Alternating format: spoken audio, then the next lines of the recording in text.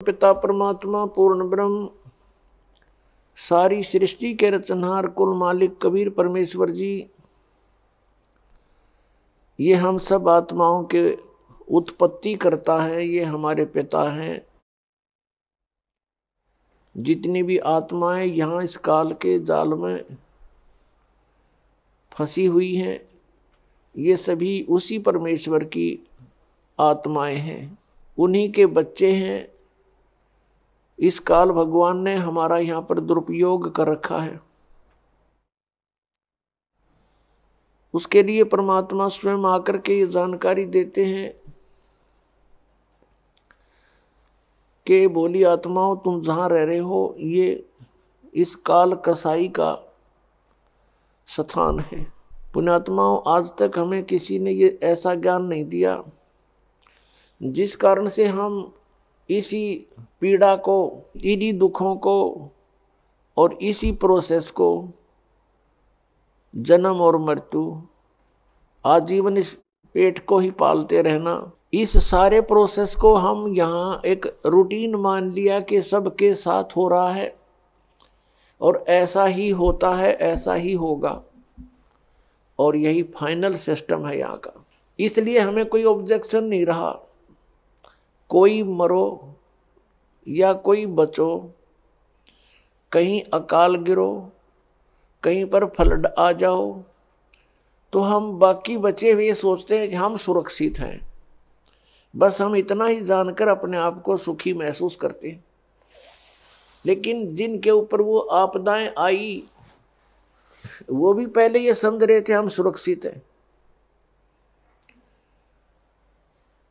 पुण्यात्माओं, इसको बहुत गहराई से सोचो, एक इस पर गहन चिंतन करो। वैसे नहीं एक कान से सुनी दूसरे में गन निकाल दी, ये कोई सत्संग सुनना नहीं होता। श्रीमद् भगवत गीता अध्याय नंबर 11 के श्लोक नंबर 32 में ये गीता ज्ञानदाता श्री कृष्ण जी में प्रवेश करके बोल रहा है,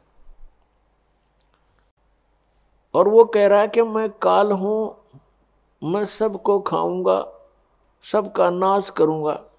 भगवान नाश करता है कभी? और जो नाश करता हो भगवान नहीं हो सकता, परमात्मा नहीं है, अच्छी आत्मा नहीं है। और यहां सब कुछ हो रहा है तो ये जिसके अंतर्गत हम रह रहे हैं ये परमात्मा नहीं है, श्रेष्ठ आत्मा, अच्छी आत्मा नहीं है। परम माने श्रेष्ठ, अच्छी। अब फिर प्रश्न उठता है कि फिर परमात्मा कौन है? परमात्मा कबीर साहब हैं, सत्य पुरुष। सत्य पुरुष उनकी उपाधि है, नाम उनका कबीर देव, कबीर साहब, कबीरन, खबीरन, खबीरा, जैसे हम अपनी लैंग्वेज में बोलते हैं।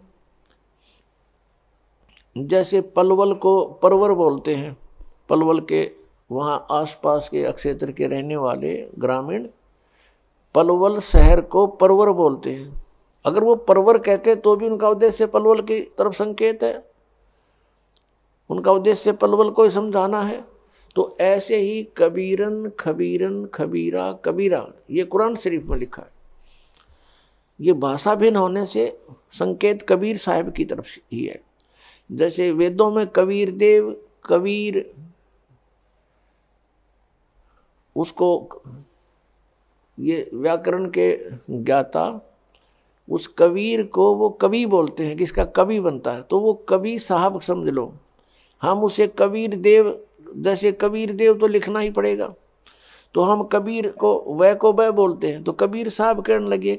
देव माने साहब कहो, परमात्मा कहो, भगवान कहो, अल्लाह कहो। तो परमात्मा कबीर देव हैं। जैसे श्रीमद् भगवत गीता अध्याय नंबर 15 के श्लोक 16 और 17 में 3 पुरुष बताए हैं। एक सर पुरुष, अक्षर पुरुष और तीसरा परम अक्षर पुरुष। सर पुरुष कहो चाहे सर ब्रह्म कहो, अक्षर पुरुष कहो चाहे अक्षर ब्रह्म कहो, परम अक्षर पुरुष कहो चाहे परम अक्षर ब्रह्म कहो। गीता जी अध्याय नंबर 8 के श्लोक नंबर 1 में अर्जुन ने पूछा कि भगवान आपने साथ में अध्याय के 29वें श्लोक में जिस तत्परम के विषय में जानकारी दी है वो किम तत्ब्रह्म। उसका उत्तर गीता ज्ञानदाता ने 8वें अध्याय के 3 श्लोक में दिया कि वो परम अक्षर ब्रह्म है। परम अक्षर ब्रह्म कहो, परम अक्षर पुरुष कहो। पुरुष माने भी परमात्मा और ब्रह्म माने भी परमात्मा, स्वामी प्रभु। अब यहां ये ब्रह्म जो है ये है सर्वब्रह्म, लेकिन ये ब्रह्म प्रसिद्ध हो रहा है। जैसे किसी विभाग में आप देखिएगा तो उस ऑफिस में कार्य करने वाले व्यक्ति अपने उच्च अधिकारी को, जैसे इरिगेशन डिपार्टमेंट है उसमें एक्शन ऑफिस होता है, तो एक्शन ऑफिस के अंतर्गत जितने भी वहाँ कर्मचारी, अधिकारी, सुप्रिटेंडेंट, क्लर्क उसके अंतर्गत कार्य करते हैं और अन्य जो SDO JE होते हैं, तो वो क्या कहते हैं कि साहब ने ऐसे बोला है। उनके लिए साहब अंडरस्टूड है कि एक्शन साहब, एक्शन साहब बार बार कहना अनिवार्य, वो आवश्यक नहीं समझते, वो साहब बोलते हैं। तो इसी प्रकार वो साहब प्रसिद्ध है उनके लिए, लेकिन उससे ऊपर बहुत साहब है। SC साहब है, चीफ इंजीनियर साहब है, फिर इरिगेशन पावर मिनिस्टर साहब है, फिर मुख्यमंत्री साहब है, प्रधानमंत्री साहब है, राष्ट्रपति साहब है। तो ऐसे ये ब्रह्म जो है, यहाँ के प्राणियों के लिए ब्रह्म प्रसिद्ध हो गया, भगवान प्रभु। इनके लिए ब्रह्म अंडरस्टूड है, इनका भगवान ब्रह्म कौन है, ज्योत निरंजन काल है। इसलिए इससे नेक्स्ट ब्रह्म की जानकारी देने के लिए परब्रह्म शब्द प्रयोग करना पड़ा। परब्रह्म यानी इससे नेक्स्ट ब्रह्म, इससे नेक्स्ट स्वामी। नेक्स्ट जो है अगला प्रभु, ब्रह्म माने गॉड, प्रभु राम स्वामी अल्लाह। तो इस गॉड से, इस प्रभु से जो यहाँ का प्रभु प्रसिद्ध हो रहा है, इससे नेक्स्ट जो है गॉड वो परब्रह्म कहलाता है। और एक पारब्रह्म, पारब्रह्म माने सबसे सुप्रीम, सबके पार, सबसे ऊपर, सबका ओवरऑल कंट्रोलर, वो पारब्रह्म है, उसको परम अक्षर ब्रह्म कहते हैं। ऐसे इस ब्रह्म पुरुष को समझना हमने। तो गीता जी अध्याय नंबर 15 के श्लोक 16 में 2 पुरुष बताए, 2 ब्रह्म बताए, 2 प्रभु, सरपुरुष, अक्षर पुरुष। और इन दोनों के अंतर्गत जितने प्राणी हैं वो सब नाशवान है, और ये स्वयं भी नाशवान है। जीवात्मा किसी की नहीं मरती, वो तो पशु की भी नहीं मरती, पक्षी की भी नहीं मरती। तो 17वें श्लोक में 15वें अध्याय के में तुरंत कहा है कि उत्तम पुरुष है तू अन्य परमात्मा इति उदाहरते। उत्तम पुरुष यानी श्रेष्ठ परमात्मा, श्रेष्ठ ब्रह्म, वो तो कोई और ही है। इन दोनों से अन्य है सरपुरुष और अक्षर पुरुष से। और परमात्मा इति उदाहरते, वो परमात्मा कहलाता है, वो श्रेष्ठ आत्मा है, वो परमात्मा है। और कौन है वो? ये लोकतरम आविश्य विवर्ती अवैश्वर, वो तीनों लोकों में प्रवेश करके सबका धारण पोषण करता है, और वास्तव में वो अविनाशी परमेश्वर है। यहां वास्तव में अविनाशी परमेश्वर क्यों कहना पड़ा? क्योंकि अक्षर पुरुष का अर्थ भी अविनाशी पुरुष होता है। शर माने नाशवान, अक्षर माने जिसका नाश ना हो। लेकिन इस अक्षर पुरुष ये प्रसिद्ध है। जैसे किसी ने अपने लड़के का नाम कप्तान रख रखा है, अब कप्तान नाम रख लेने से कोई वो कैप्टन थोड़ा बन गया, तो ऐसा ही समझो। तो ये अक्षर पुरुष इसका नाम है क्योंकि ये थोड़ा चिरस्थायी है, इसलिए इस अक्षर पुरुष कहने लगे। अब यहां ये भी डिफाइन करना पड़ेगा कि अक्षर पुरुष कितना अक्षर पुरुष है। अब यहां सभी प्रभुओं की आयु का विवरण देते हैं। जैसे एक 4 युग की चतुर्युगी होती है, सतयुग, त्रेता, द्वापर, कलयुग। और ऐसे 1000 चतुर्युग का दिन, 1000 चतुर्युग की रात्रि, ये ब्रह्मा जी का दिन हुआ, यानी इतनी रात्रि इतना इतना, और ऐसे 30 दिन रात का 1 महीना हो गया, 12 महीने का 1 वर्ष हुआ, और 100 वर्ष की आयु है ब्रह्मा जी की, रजगुण श्री ब्रह्मा जी की। इससे 7 गुना अधिक है विष्णु जी सतगुण की, और श्री विष्णु जी से 7 गुना है तमोगुण शंकर भगवान की। और ऐसे जब 70,000 बार ये त्रिलोक की शिव तमोगुण शिव की मृत्यु हो जाती है, तब एक ब्रह्मांड का विनाश होता है। उसमें यह सरपुरुष महाशिव रूप में रहता है ब्रह्मलोक में, ऊपर सबसे ऊपर। तब इसकी भी मृत्यु होती है, दुर्गा की भी इसके साथ मृत्यु होती है। ब्रह्मांड में आग लग जाती है, पूरे ब्रह्मांड में आग लग जाती है। ब्रह्मा विष्णु महेश राम सभी जीव तड़प तड़प कर मर जाते हैं, शरीर छोड़ जाते हैं, और साथ में दुर्गा और ये काल भी मरता है, ब्रह्म सरपुरुष। इसके बाद क्या होता है कि सभी प्राणी ऑटोमेटिकली परमात्मा के विधान अनुसार दूसरे ब्रह्मांड में चले जाते हैं। 21 ब्रह्मांड है इस काल भगवान के, ब्रह्म के, सरपुरुष के, सरब्रह्म के, ज्योति निरंजन के। तो उसमें जाकर के परमात्मा ने विधान बनाया है कि इन दोनों का जन्म, दुर्गा और काल का जन्म अपने आप ऑटोमेटिक, जैसे गेहूं में ये कीड़े हो जाते हैं, सुरसी अपने आप बढ़ जाती है उस, तो इन दोनों का तो ऑटोमेटिक परमात्मा विधान अनुसार युवा रूप में प्रकट हो जाते हैं। फिर ये अपने कुछ वचन से, कुछ अपने क्रियाओं से, अपना स्त्री पुरुष संबंध से ये 3 पुत्र उत्पन्न करते हैं। ब्रह्मा जी को रजगुण कर देते हैं प्रथम पुत्र को, द्वितीय को सतगुण युक्त, तीसरे को तमोगुण युक्त, और फिर अपने नए सिरे से उस ब्रह्मांड में सृष्टि स्थापित करते हैं। तो जो एक ब्रह्मांड का विनाश हुआ और 70,000 बार इस तमोगुण शिव की मृत्यु होगी, तो युग काल मरा, काल की मृत्यु हुई एक ब्रह्मांड में, जो एक युग हो गया किसका? अक्षर पुरुष का। इतना समय का एक युग हो गया अक्षर पुरुष का। और ऐसे 1000 युग का दिन, ऐसे बने हुए युग का 1000 युग का दिन, इतनी ही रात्रि, और 30 दिन रात का महीना, और 12 महीने का 1 वर्ष, और 100 वर्ष की आयु है अक्षर पुरुष की। अब ये इतना अक्षर है, ये इतना चिर स्थायी है, इसलिए इसको अक्षर पुरुष कहने लगे। और फिर भी इसकी मृत्यु है। एती उम्र बुलंद मरेगा अंतरे, सतगुरु लगे न कान न भेंटे वो संतरे। इतनी लंबी उम्र भी हो जाएगी तो भी मृत्यु होगी, क्योंकि वो तत्वदर्शी संत नहीं मिला तुम्हें, जिसका गीता जी अध्याय नंबर 4 के श्लोक नंबर 34 में वर्णन है। और परम अक्षर ब्रह्म की, परम अक्षर पुरुष की मृत्यु नहीं होती।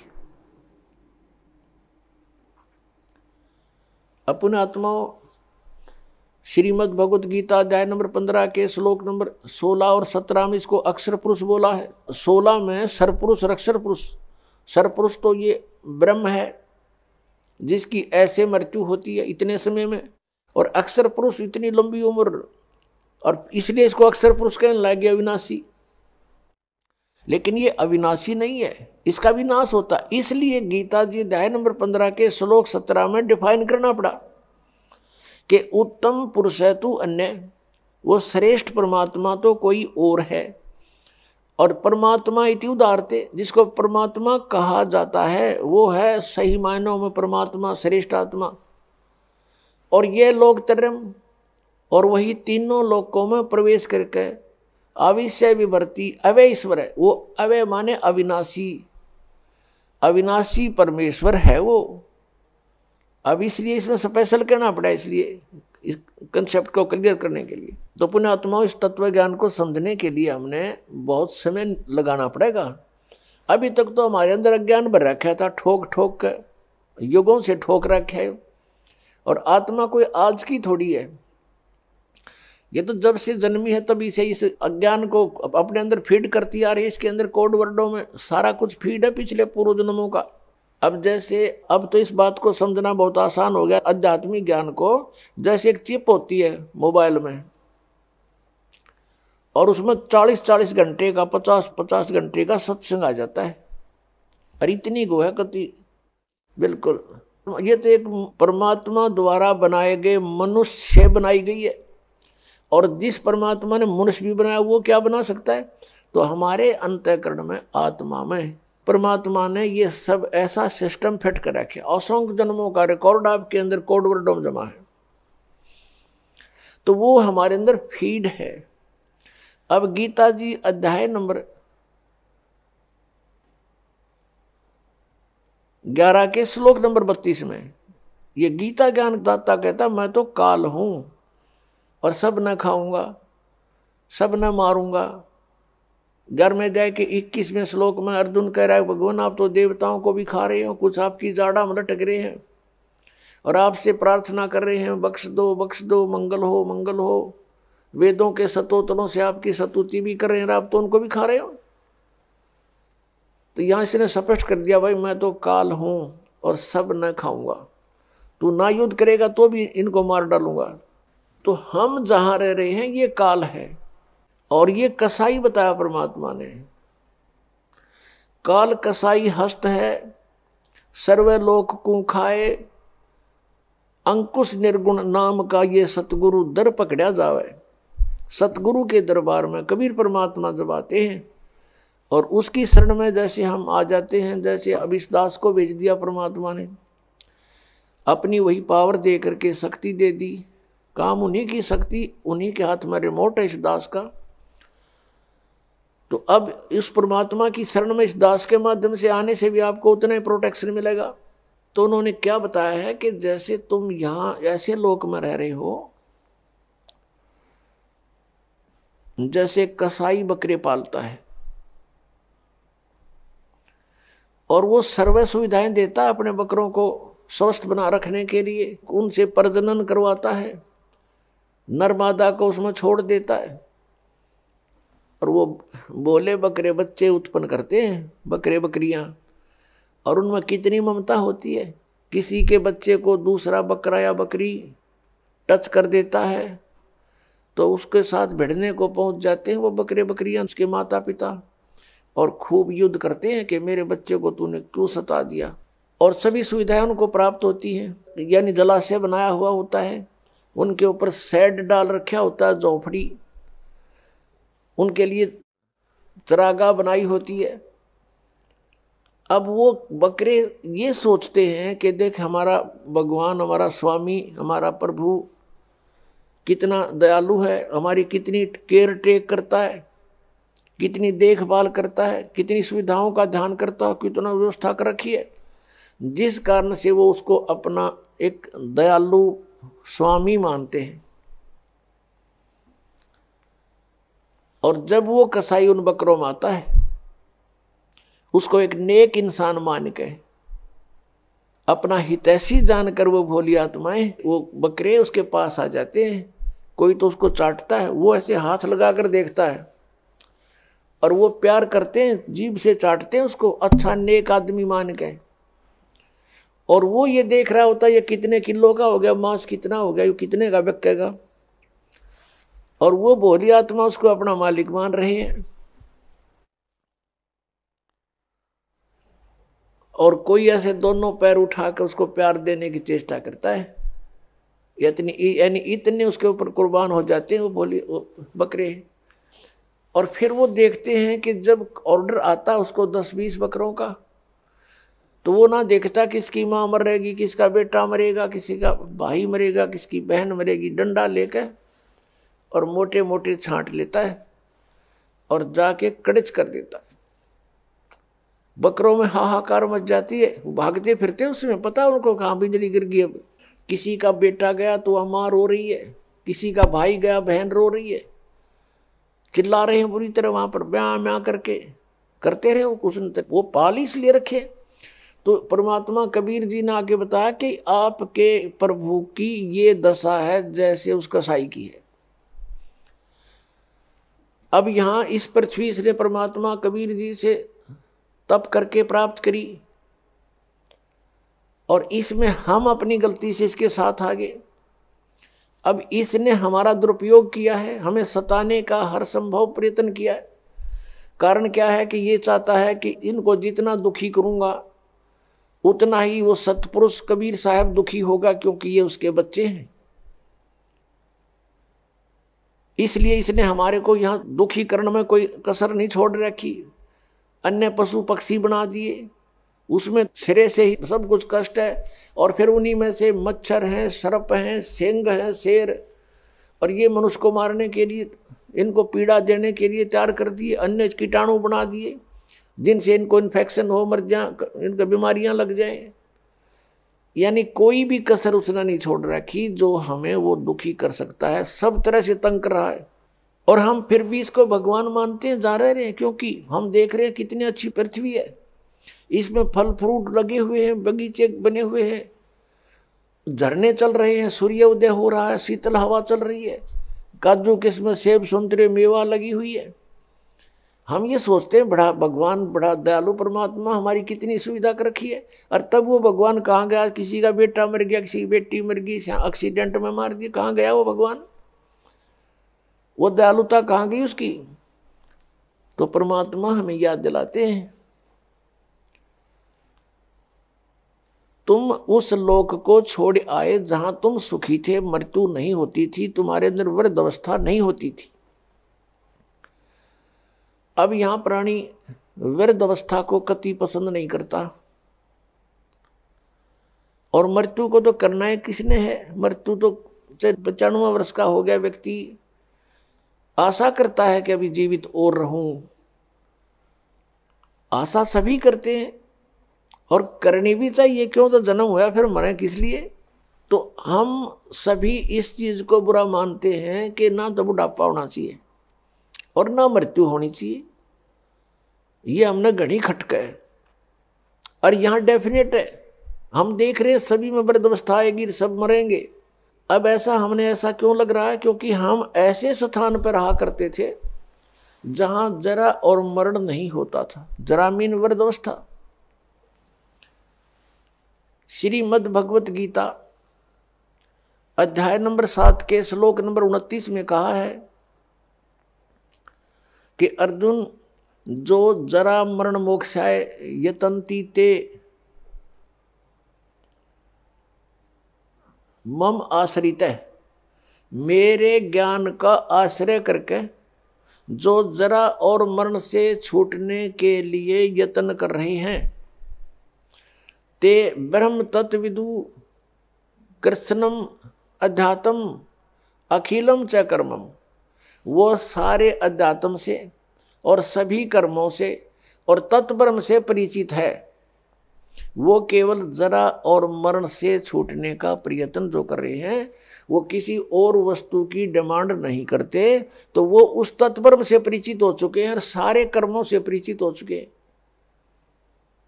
और पूरे अध्यात्म ज्ञान से परिचित व्यक्ति ही जरा और मरण से प्रयत्न कर रहा है, छूटने के लिए प्रयत्न कर रहा है। तो जरा और मरण कहां नहीं होता? सतलोक के अंदर। शंखों लहर मेहर की उपज, कहर नहीं जा कोई, दास गरीब अचल अविनाशी, सुख का सागर सोई। सतलोक के अंदर कहते शंखों लहर मेहर की उपजे। अब वहां हम सतलोक में रहा करते थे, हमारा ऐसा ही शरीर था जैसा आपका यहां पर है, लेकिन उसका मैटेरियल ये नहीं है। वो शुक्रम अकायम है, ऐसनाविरम है। माता पिता के योग से जैसे यहाँ शुक्र से बनता है, ऐसा वहाँ हमारा शरीर नहीं है। यहाँ 5 तत्वों से बना हुआ है, वहाँ 1 तत्व से, नूर तत्व से बनता है। अब जैसे हमारा शरीर 5 तत्वों से बना हुआ है, इसमें कहीं तत्व दिखाई नहीं देता और कितना सुंदर हमें लगा है। इसी प्रकार उस नूर तत्व का वहाँ ऐसे परमात्मा ने व्यवस्था कर रखी है, हमारे आत्मा के ऊपर फिर एक कवर वो नूर तत्व से होगा। और उसका 16 सूर्य जितना प्रकाश होगा, इतना तेज, इतना नूर होगा, उसका होगा मनुष्य सदृश ही। और वहां पर आपका पूरा परिवार होगा, आपका अलग से कुटुंब होगा, पूरा अलग से महल बने हुए हैं जिनको बने बनाए आप छोड़ आए। आपकी सारी व्यवस्था वहां पहले से बनी हुई है। और एक व्यक्ति को यानी एक आत्मा को और उसके कुटुंब को, परिवार को वहां पर इस पृथ्वी जितना स्थान अकेले को प्राप्त है। उसमें बाग बगीचे, झरने, बहुत गुणे। अब ये बातें आपका ना समझ में आवे। और हम वहां इतने खुले स्थान पर रहते थे, इसलिए यहां पर भी हमारी वो टेंडेंसी है, हमारी वृत्ति वैसी ही है। हम क्या चाहते हैं, एक पार्क हो, कोठी हो, कोठी भी कई कमरे की हो, ऊपर नीचे हो हैं, और खूब सैर सपट्टे करने, कार हो, स्पीड से जाओ और इधर उधर घूमे। तो वहां अपने आप विमान है आपके पास, आपकी वचन से विमान है, जहां चाहो वहां जा सकते हो, बहुत स्पीड से जा सकते हो। और बहुत बड़े आपका स्थान है। तो वो सुविधाएं आपको वहां थी, उसकी अब खोज हम यहां कर रहे हैं। कोयले की खान में हम स्वर्ण ढूंढ रहे हैं, गोल्ड है या कोयले की खान है, हम ढूंढ रहे हैं यहाँ सुख, या सारा दुख ही दुख है। परमात्मा कहते हैं तन दर सुखिया कोई नहीं देखा, जो देखा सो दुखिया हो। उदय अस्त की बात करे, मैंने सबका कराया विवेका हो, मैंने सबका विवेचन कर देख लिया। किसी के पास भी संत जाते हैं, 100 समस्याएं बता देता है, चाहे राष्ट्रपति हो यहाँ का, और चाहे वो ब्रह्मा हो, चाहे विष्णु हो, चाहे शिव हो, और चाहे इंद्र हो, वो भी 100 समस्याएं। उनकी इतिहास देख लो, ऋषियों के सामने कैसे प्रार्थनाएं कर रखी उन्होंने। तो पुण्यात्माओं, वो सुख सतलोक में है। परमात्मा सतपुरुष है, वो कबीर देव है, वो सतलोक में है। जब हम उसके राज्य में पहुंच जाएंगे, फिर हमारी मृत्यु और बुढ़ापा नहीं होगा। वहां जाएंगे कैसे, वो विधि आपको कल के सत्संग में बता दी थी विस्तार से, कि नाम जाप से हम भक्ति की कमाई इकट्ठी करेंगे। जब हम सतलोक से आए थे, हमारी बैटरी फुल चार्ज थी, हमारे बहुत ज्यादा पुण्य हमारे साथ थे। अब हम अपनी गलती से इस काल के साथ आगे लटक गए, इस पर आसक्त हो गए, और अब यहां हम रह रहे हैं इसके लोक में। तो हम उस अपनी पुण्य कमाई को बर्बाद कर चुके हैं। इसका ये रेस्टोरेंट है। अब जैसे ऊपर स्वर्ग बना रखे इसने, इस काल भगवान ने, वो स्वर्ग क्या है, स्वर्ग इज ए रेस्टोरेंट। और उस रेस्टोरेंट में जो कोई जाता है तो उसका मालिक उससे चार्ज लेता है। जैसे कमरे का किराया, खाने का, जैसे खाने का खर्चा उसका 20 रुपये लगते हैं तो 50 रुपये चार्ज करता है। और वो उस कमरे में, उस रेस्टोरेंट में रहने वालों से चार्ज किया जाता है, और उनकी पूंजी समाप्त होती है, होटल वाले की पूंजी बढ़ती है। तो ऐसे ये काल भगवान ने रेस्टोरेंट बना रखे हैं, जिनको ये स्वर्ग कहता है। वहाँ सारी सुविधाएं, बदमाशी, बकवाद, डांस, गाने, बड़े बड़े झरने बह रहे हैं, पार्क बने हुए हैं। वहाँ ये सैर सपट्टे करके स्वर्ग में अपने पुण्यों को नष्ट करके फिर दोबारा यहाँ पृथ्वी पर आ जाता है। तो पहले इसने हमको ऊपर रखा अपने महास्वर्ग में, जिसको ब्रह्मलोक कहते हैं।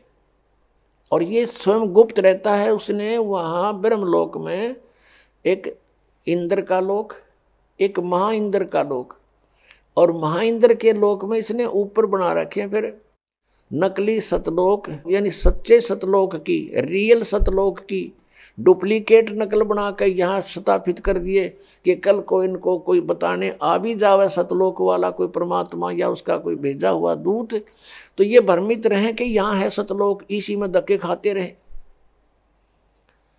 तो नकली सतलोक, अलखलोक, अगमलोक, अकय लोक यहाँ बना रखे हैं काल ने इस ब्रह्मलोक के अंदर। तो हमें पहले वहाँ रखा और चार्ज हमारे से शुरू कर दिया।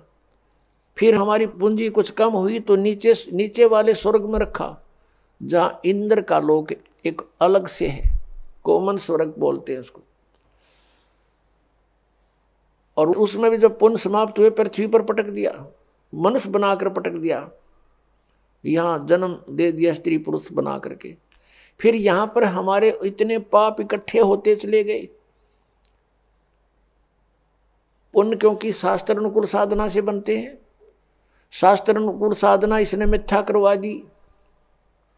जब तक हमारे पूर्व जन्म के पुण्य रहते हैं तो हम जो साधनाएं किसी से भी सुनाते हैं उसको करते रहते हैं, और वो हमें लाभ हो रहा है पूर्व जन्म के संस्कारों से। हम सोच रहे इन साधनाओं से हमें पुण्य लाभ हो रहा है, तो इस भ्रम के अंदर हम अपने सतयुग त्रेता द्वापर में ये सब पुण्यों का नाश कर देते हैं।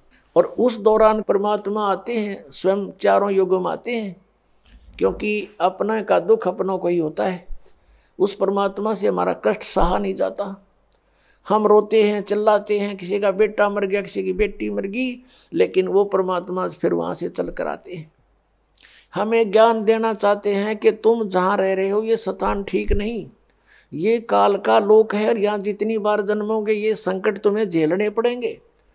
इसके लिए मैं बताता हूँ, और तुम ये साधना, ये भक्ति करो, ये छोड़ दो। लेकिन हम इतने रंगे जा चुके होते हैं, इस काल के दूतों के द्वारा रह रहकर फीड कर दिया जाता हमारे अंदर, हम परमात्मा के उस ज्ञान को स्वीकार नहीं कर पाते हैं। हमारी बुद्धि जीव संज्ञा की है, और हम इन ऋषि महर्षि संतों को परम संत मानकर इन पर समर्पित हो चुके हैं, और ये सोच चुके हैं कि ये भगवान को प्राप्त कर चुके हैं, इन्होंने सतलोक चले गए होंगे। क्योंकि सतलोक वर्तमान के अंदर ठेका ये राधा स्वामी पंथ, धन धन सतगुरु पंथ, जय गुरुदेव पंथ मथुरा वाला, इन्होंने ले रखा है कि हम सतलोक भेजेंगे। इन सतलोक का ना पता, इनको सतनाम का पता नहीं। इनके पूर्वज ने, यानी जिसने ये काल का जाल प्रारंभ किया, राधा स्वामी पंथ श्री शिवदयाल जी को कहते हैं, उनका चलाया हुआ ये पंथ है। और उसको ये अपना परम धनी मुखिया मानते हैं सभी पंथों वाले, जितने से संबंधित है, इसकी ब्रांचें हैं, कि वो हमारा हेड ऑफ द डिपार्टमेंट है, वहाँ से हमारा पंथ चला है। और उसने सतनाम का नहीं पता। सतनाम सतलोक भी सतनाम, सचखंड भी सतनाम, सतपुरुष भी सतनाम, और सार शब्द भी सतनाम को कहते हैं, और सत शब्द भी सतनाम को, और सतनाम भी सतनाम को। ये सतलोक जाएंगे। और इनके मंत्र पांचों काल के, नाम से मोक्ष होगा। परमात्मा कहते हैं जैसे ये हठ योग करते, 2.5 घंटा सुबह बैठो, 2.5 घंटा शाम बैठो। इन्होंने पुण्यात्माएं जो है, इन्होंने अपने पैर भी खराब कर लिए। एक भक्त आता फरीदाबाद साइड से, दाढ़ी सी रखता है, वो कह रहा था जी मैं इस राधा स्वामी पंथ से जुड़ के 40 साल मैंने अपना गोड्डे भी कंडम कर लिए, भगवान मिले। वो 2.5 घंटे गए, मैंने 6-6 घंटे बैठ कर देख लिया, कुछ प्राप्त नहीं हुआ। लेकिन मैं प्रभुता के कारण, और मुझे पूछते कि आपने तो 40 वर्ष हो गए साधना करते, कुछ दिखा होगा? कहाँ सब कुछ दिखता है मुझे। और दिखा, मैंने खक नहीं था, मैं झूठ बोला करता था अपनी प्रभुता बनाए रखने के लिए। कहा मुझे सब कुछ दिखता है, ऊपर के मंडल दिखते हैं, सतनाम दिखाई देता है, सतनाम के अंदर नो सतलोक में फलान। अभी न सतनाम का पता नहीं, ने बोला सतनाम का मुझे अब पता चला सतनाम क्या चीज़ है। और मैं मूर्ख बना रहा था वहाँ आसपास के व्यक्तियों को। तो पुण्यात्माओं, ये जो सतलोक की महिमा गाते हैं, इनको सतनाम सतलोक का पता नहीं। अब परमात्मा कहते हैं कि कलयुग में जीवन थोड़ा है, भाई कर ले बेग संभार, योग साधना बने नहीं केवल नाम आधार। अब जैसे सतयुग के अंदर लाखों वर्ष की आयु थी जीव की, और फिर त्रेता में लास्ट में 10,000 वर्ष की आयु रह जाती है, और द्वापर के अंत में 1000 वर्ष की आयु रह जाती है, और कलयुग के लास्ट में 20 वर्ष की आयु इस मनुष्य की रह जाएगी। तो लाखों वर्ष बैठ के वो हठ योग करें जाते, सबकी समाधियां ऊपर जाती थी। समाधि क्या चीज़ है? जैसे कल आपको दिखाया था, रात्रि के समय जय गुरुदेव पंथ के मुखिया श्री तुलसीदास साहेब मथुरा वाले का अनुभव, वो कहीं बताता है मुझे रास्ते में रामकृष्ण दिखाई दिए, फिर कहता है मुझे वहाँ उनके कहते हैं सीन दिखाई देते हैं, वृक्षों में आदमी और वृक्ष नाच, आदमी उनका लटक रहे, व्यक्ति लटक रहे हैं और वृक्ष नाच रहे ये मूर्ख बना रहा काल इनको। तो फिर ये कहता है श्री राम श्री कृष्ण की झांकी देखी, नज़ारा देखा, उनकी सवारी निकली मैंने देखी साधना में। फिर इन्होंने क्या देखा कि वहाँ सतपुरुष एक स्त्री के साथ बैठा हुआ यू काल बैठा है दुर्गा के साथ में, दूर से दिखाई दे दिया इसने किसी रूप में। इंद्र भी अपनी पत्नी के साथ सची के साथ रहता है स्वर्गलोक में, तो इसने वो ज्ञान है ही नहीं, इसी को देख लिया परमात्मा है, सतपुरुष है। अब क्या है कि जैसे सतयुग के अंदर साधक साधनाएं करते थे, उनके सबत शरीर होते थे और माइंड सेट होता था, पूर्व संस्कार अच्छे होते थे, कोई काम नहीं होता था विशेष। जैसे सतयुग में सभी हरा भरा होता है पूरा पृथ्वी, और बहुत सुंदर मेवा फल, और जैसे आपने देखा होगा सामक एक घास होता है जिसके बहुत बाजरे जैसे दाने लगते हैं, और इस तरह के गेहूं वगैरह ये अपने आप उगे रहते हैं, उनको काटो समय आने पर और अपना पछोड़ो और खाओ, फल खाओ, काम कोई नहीं, लेकिन वो भगवान की भक्ति अवश्य करते हैं। अब जैसा भी उनको ज्ञान होता है ऋषि महर्षि या आस पास से, तो उसी तरह वो बैठ जाते, बैठकर उनके अंदर कोई ना कोई चैनल ऑन हो जाता उनका। जैसे हमारे शरीर में ये कमल बने हैं, मूल कमल में गणेश जी का वासा है, उससे ऊपर स्वाद कमल है जिसको अधिष्ठान चक्र बोलते हैं, तो उसमें सावित्री और ब्रह्मा जी का चैनल है वो। यानी चैनल क्या होते हैं, टीवी में चैनल होते हैं, ओरिजिनल कार्यक्रम तो उनके कहीं पर भी वो लाइव दिखा रहे हैं तो कहीं और हो रहा है, दिख रहा है टीवी में, और दिखता उसी को जो उसका चैनल ऑन हो जा उस कार्यक्रम का, तो वो कार्यक्रम हो रहा है कहीं और दिख रहा है टीवी में। तो ऐसे ही ये ऊपर नज़ारे हो रहे हैं कहीं और दिखते हैं इस शरीर के अंदर, और दिखते केवल ये ब्रह्मांड के ही हैं, सतलोक के इसमें नहीं दिखते, क्योंकि अंड और पिंड के पार स्वदेश हमारा है। तो ये क्या करते थे, इनको अंदर समाधिस्थ हो जाते थे, कोई चैनल ऑन हो जाता है इनकी पूर्व की भक्ति से, और फिर उसमें वो देखते हुए नज़ारे, कोई जैसे झरने दिख रहे हैं, कहीं पर कोई सवारी आ रही है, कोई किसी की, ये काल उनको मूर्ख बनाने के लिए एक बाजीगरी शुरू कर देता है। अपने आत्माओं जैसे सिनेमा देखने जाया करते, पहले फिल्म देखने, अपने पल्ले से पैसे लगाते और 3 घंटे ऐसे जाते जैसे 3 मिनट चली गई हूं, और फिल्म समाप्त होते ठगे से रह जाते, जैसे तो और चलनी चाहिए थी, थोड़ा सा समय हुआ, और 3 घंटे वो बैठ के दिखाओ भक्ति में, कति नहीं बैठा था, 100 बार इधर देखेंगे, 100 बार इधर, वहाँ चले। और तो ये समाधिस्थ नहीं होया करते थे, काल इन्हें मूर्ख बना रहा था। अब ये मन जो है ये टिकने नहीं देता जीव को। अब इसके वहाँ समाधिस्थ होकर ये कई वर्षों तक बैठे रहते थे। इसका कारण ये था कि मन को बाहर की अपेक्षा अंदर के नज़ारे बाहर से अच्छे दिखने लग जाते, तो ये उनमें लीन होता, उधर पहुँचा, वहाँ चला और खाएं जा धक्के, इतने समय पूरा हो जाए इसके जीवन का, और वो हठ योग करने से सिद्धियाँ आ जाती हैं। परमात्मा के नाम से जो भी व्यक्ति कोई क्रिया करता है उससे उसके अंदर सिद्धियां आ जाती हैं। मोक्ष मार्ग नहीं है वो। उन सिद्धियों के आधार से इन्होंने किसी को हानि कर दी, किसी को लाभ दे दिया, अपनी कमाई नष्ट कर दी। इससे ये महर्षि प्रसिद्ध हो गए। किसी का भविष्य की बातें बता दी कि तेरा ऐसा होएगा, तो लोग उनको पूजने लगे। अरे उसने के किला तोड़ दिया, न्यू बता दिया तेरा छोरा मरेगा, लड़का मरेगा, वो पहले और चिंता शुरू कर दी, और फिर समाधान बताओगे, ये कर दो वो कर दो, और फिर उसकी मृत्यु तो होनी डेफिनेट है, क्योंकि उनके पास वो मार्ग नहीं जिससे उसकी आयु बढ़ जा, जो इस दास के पास परमात्मा ने दे रखी है। तो फिर वो लड़का मर जाता है, तो अड़ोस पड़ोस के भी कहते हैं भाई उस महात्मा ने तो पहले बता दिया तेरा लड़का मरेगा, बताओ उसने के किला तोड़ दिया, लड़का मरेगा, और उसी से वो प्रसिद्ध हो गए। भाई बड़ा बहुत भविष्य की जानता है, तो इसका कोई लाभ था इनसे? तो अब परमात्मा कहते हैं कि तुम किसी से ज्योतिष दिखा के आना नाम लेने तो पहले, फिर ना धक्के खाना, नहीं तो नाम खंड हो जाएगा। और वो कोई आपको हानि बता दे कि आपको उस समय में इतनी हानि होगी या कोई ऐसा दुर्घटना होगी, आपके परिवार का सदस्य या आपकी कोई मृत्यु का संयोग बताता है, तो यहाँ उपदेश लो और सच्चे दिल से नाम खंड मत होने देना, और फिर देखना। एक भक्त ऐसे ही चिंतित था, उपदेश लिया और उसका ज्योतिषी वाला बताता था, देखो तेरी ये आयु की वो है रेखा यहाँ से कटी हुई है, इससे आगे कोई आयु नहीं है। उसने 2-3 को दिखा, उन्होंने सही ऐसे ही बताया, वो बहुत चिंतित, उपदेश लिया,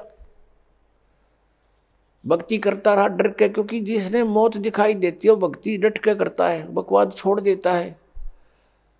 कुछ दिनों में क्या देखा, उसकी रेखा ही बढ़ गई। और फिर वो गया उनके पास दोबारा,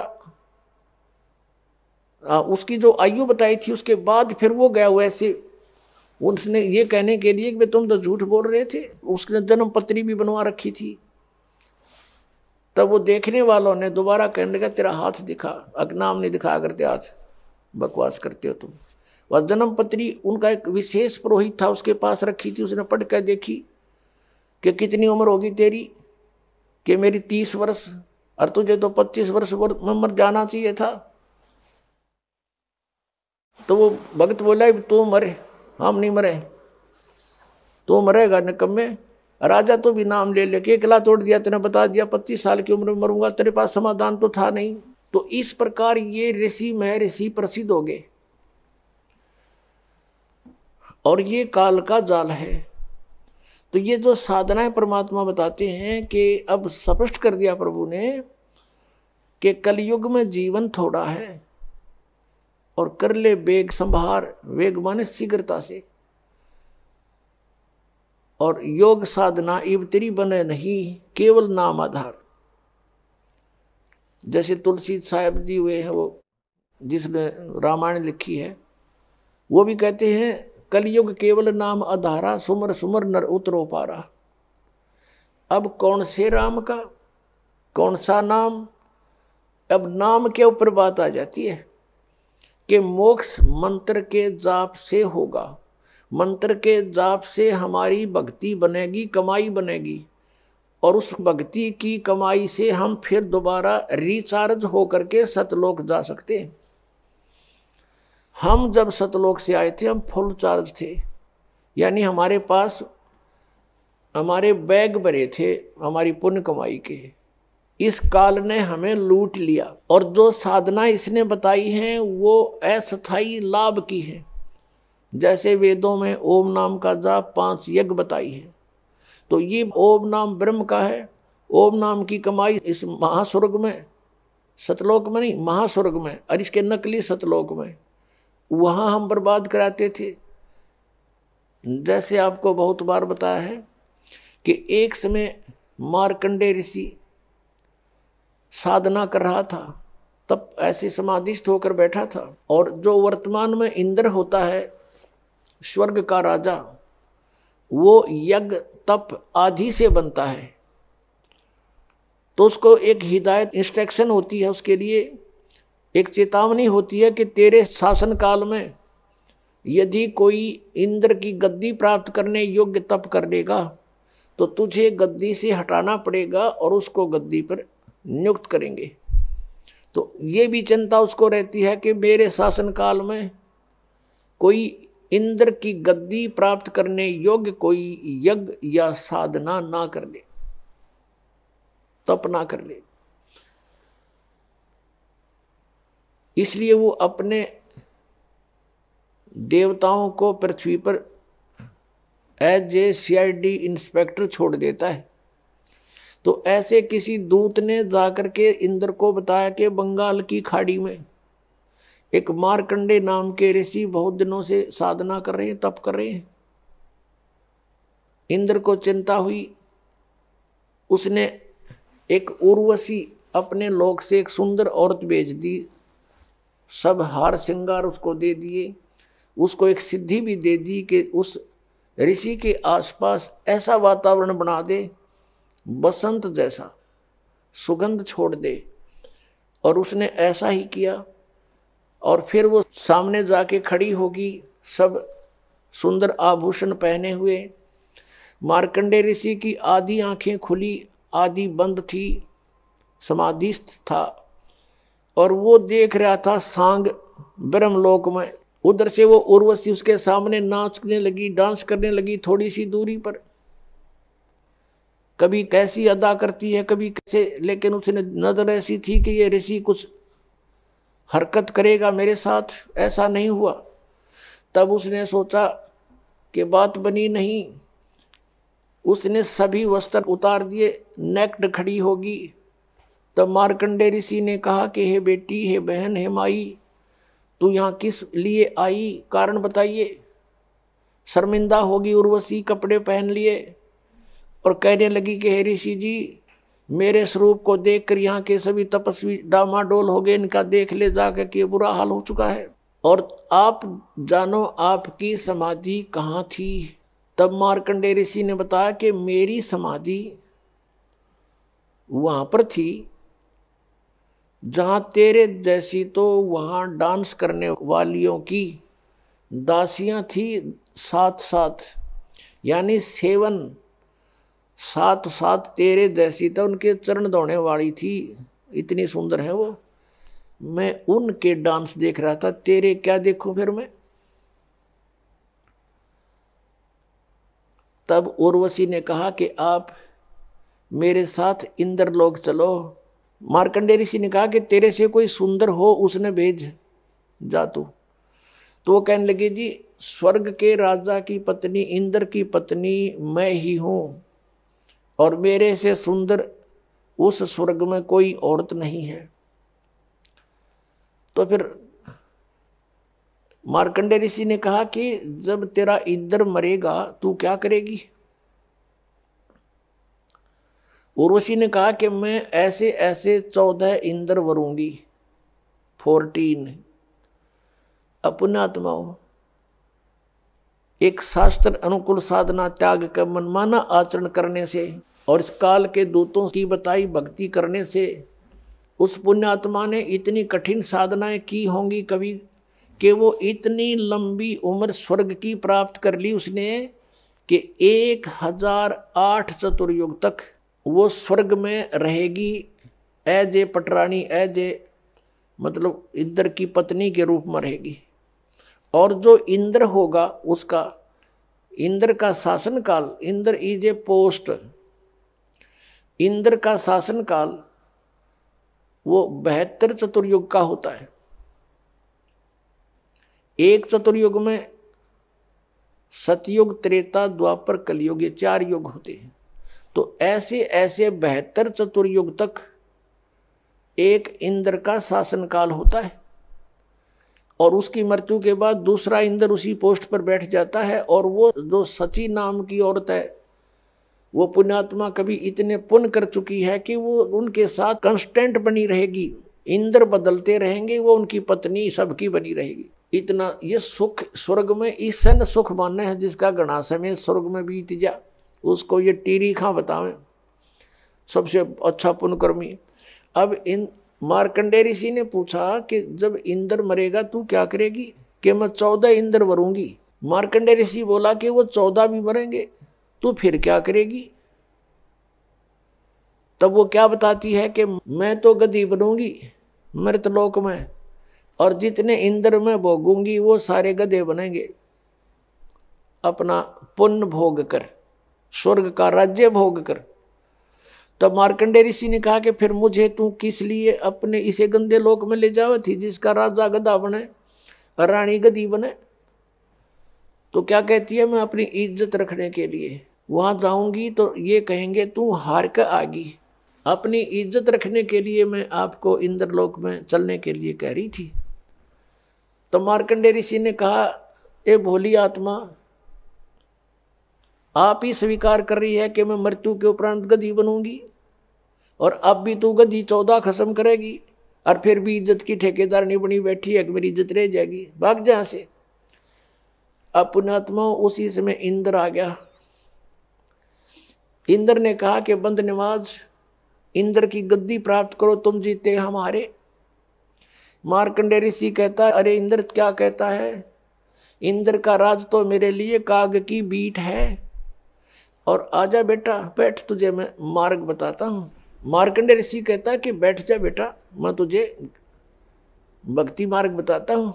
अरे भले आदमी, इंद्र की पदवी भोग कर तू गधा बनेगा, बैठ, तुझे ब्रह्मलोक का मार्ग बताता हूँ। अब वो मार्कंडेय ऋषि ने ब्रह्मलोक को सुप्रीम और फाइनल स्टेज मान ली थी, और ब्रह्मलोक में गया हुआ प्राणी जो सत साधना करता है उसको बहुत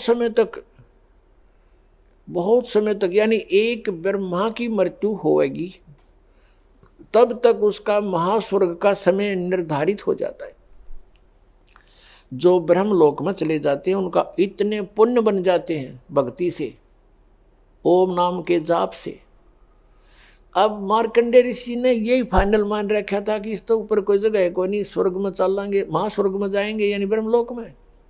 और वहाँ क्या देख रहा था, यहाँ बैठा भी देख रहा था वो डांस, और वही बकवास वहाँ उसमें है, वहाँ फिर आँखें देख लेंगे, यहाँ टीवी पे देखा था, और खर्च अपना ही होगा, आपकी उसकी पूंजी जाएगी। तो मार्कंडेय ऋषि ने उसको समझाया कि ये छोड़ दे इंद्र की गद्दी और भक्ति कर तू, और वहाँ ब्रह्मलोक में चल। अब इंद्र क्या कहता है कि महाराज जी फिर देखेंगे, इब तो मैंने मौज करने दे, अगजा मर ले डूब के। अब पुण्यात्माओं ये स्थिति प्रत्येक प्राणी की है।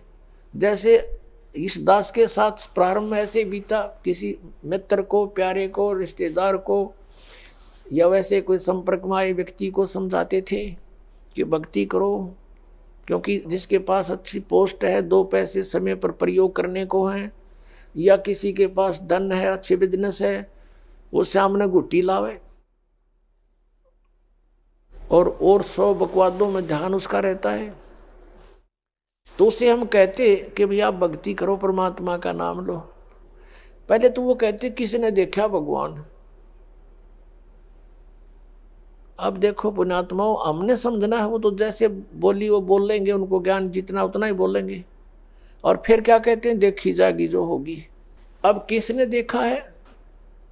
जैसे हम कहते हैं भी भक्ति ना करोगे तो गधे बनोगे, पशु बनोगे, ऐसा भगवान के विधान में है। तो वो क्या कहते हैं, देखी जाएगी, किसने देखा है। अब गधा अपने पास है कि देखी जाएगी, क्या देखोगे, वो तो कुम्हार देखेगा। फिर 2.5 मन का बोरा कमर पर होगा, हाथ में लठ, और जहां स्थान खाली दिखेगा उड़े मारेगा तेरे। अब देखना तो अब देखो, बुराई त्याग दो, भक्ति करो, अपना कल्याण करवाओ।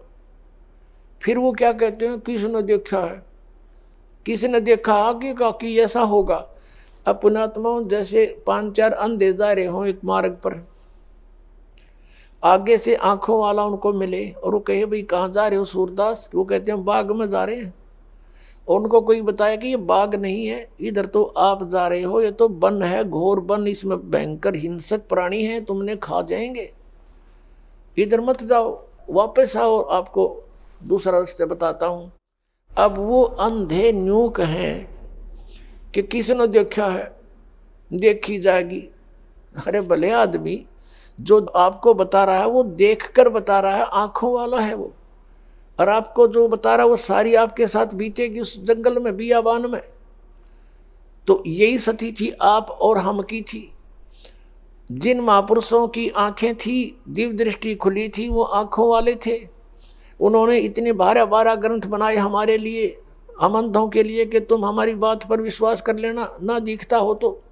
अब आंखों वालों की मानने नहीं और अंधे ने आप दिखता नहीं, तो क्या होगा उसके साथ? वही रिजल्ट होगा जो आंखों वाला बता रहा था। यदि उस मार्ग को नहीं बदलेगा तो उसके साथ वही बीतेगी जो पहले बताई गई थी। अब जैसे कोई चोर ने ये कहे तू चोरी ना कर, भाई वहाँ पकड़ा गया तो पब्लिक पीटेगी, फिर पुलिस में देंगे, तेरी सजा होगी, काला मुंह करेंगे, और वो चोर न्यों देखी जाएगी। और कोई नौकरी तो भाई डराने के लिए कहा। कुछ ऐसे भी सिरफरे हैं कि ये रोचक भयंकर यथार्थ वाणी तो डराने के लिए कह रखी है। संतों ने ऐसा कुछ नहीं होता, वहाँ स्वर्ग नरक नहीं है, गधे कुत्ते कोई नहीं बनता। और एक सिर फिरा पंथ चल रहा है, ये ब्रह्मा कुमारी वाला, इन तो भट्ठाए बैठा दिया। ये कहते हैं मनुष्य तो मनुष्य ही रहेगा, स्त्री स्त्री ही रहेगी, यानी मनुष्य की आत्मा मनुष्य ही बनेगी। फिर भक्ति का क्यों ड्रामा कर रहे हो, जब मनुष्य मनुष्य ही बनेगा तो। और उनका एक और ऐसा विधान है कि 5000 वर्ष के बाद सृष्टि क्रम के आधार से जो आज आपका नाम है वही नाम होगा, वैसी सतिथि होगी, वह कर्म होंगे, ऐसा ही शरीर होगा। ये काना था उनमें, एक भगत बता रहा था कि काना था, एक लूच रहा था, और हमसे भी टकराए थे एक बार ऐसे, जिसको पोलियो हो रहा था एक, और वो भी ये गुण गावे इन ब्रह्मा कुमारी वालों के, और वो भी कथा को सुना में बैठ कर डिस्कस करें, बहस करें हमारे साथ। वो कहने लगा कि 5000 वर्ष के बाद ऐसा ही मनुष्य तो मनुष्य बनेगा, और जो जिसका नाम है बाप का नाम, और जो उसका शरीर की सतिथि एज इट इज चेहरा होगा। तो उस भक्त कह रहा था कि मैंने उसे कहा कि काने तू तो काना ही बनेगा 5000 वर्ष के बाद, और लंगड़े तू लंगड़ा ही बनेगा। फिर टट्टू की भक्ति कर रहे हो तुम, क्या फायदा इस भक्ति का? मान्य फिर भी नहीं, मुंह चढ़ा के चले गए, तुम तो विरोध करते हो। अरे अज्ञान का विरोध नहीं करेंगे तो और क्या करेंगे, समर्थन करेंगे इसका। ऐसा ही एक बार इस दास को मिले थे, यही स्थिति दोनों जोड़ा, उनको भी ऐसा ही कहा तो बुरा मान कर चले गए, माने नहीं, क्योंकि ऐसा सिर फिरा दिया इन्होंने, ऐसी भर दिया हमारे अंदर सारा गंद। तो जो प्रसंग चल रहा है कि हम उस परमात्मा को पाने के लिए जो प्रयत्न हमने करना है, जैसे अंधे न दिखा नहीं, आँखें वाला कि वो मानता नहीं, तो फिर वही होगा जो उसके साथ बताया गया है। अब जैसे चोर चोरी करता है और उसको कोई कहता भी तेरे साथ ऐसे ऐसे बीतेगी, अब वो सच्चाई भी है और भयानक भी लाले, डर भी है, और डरेगा तो बच जाएगा। जब वो डर मानना इस बात सच्चाई है ये, और भय भी होना चाहिए इस बात का भी चोरी कर रहा हूं तो ये बीत ना जाओ मेरे साथ में, तो वो फिर गलत काम को त्याग देगा। और जो कहता देखी जाएगी तो फिर वो चोरी करेगा ही, फिर वो पकड़ा भी जाएगा एक दिन, उसकी वो सारे काम होंगे जो पहले बताए थे। ऐसे ही संतों ने जो हमें बताया है कि जो कबीर साहब कहते हैं, कबीर हरि के नाम बिना ये राजा रसब हो, मिट्टी लदे कुम्हार के घास न डाले कोई। ओए होए।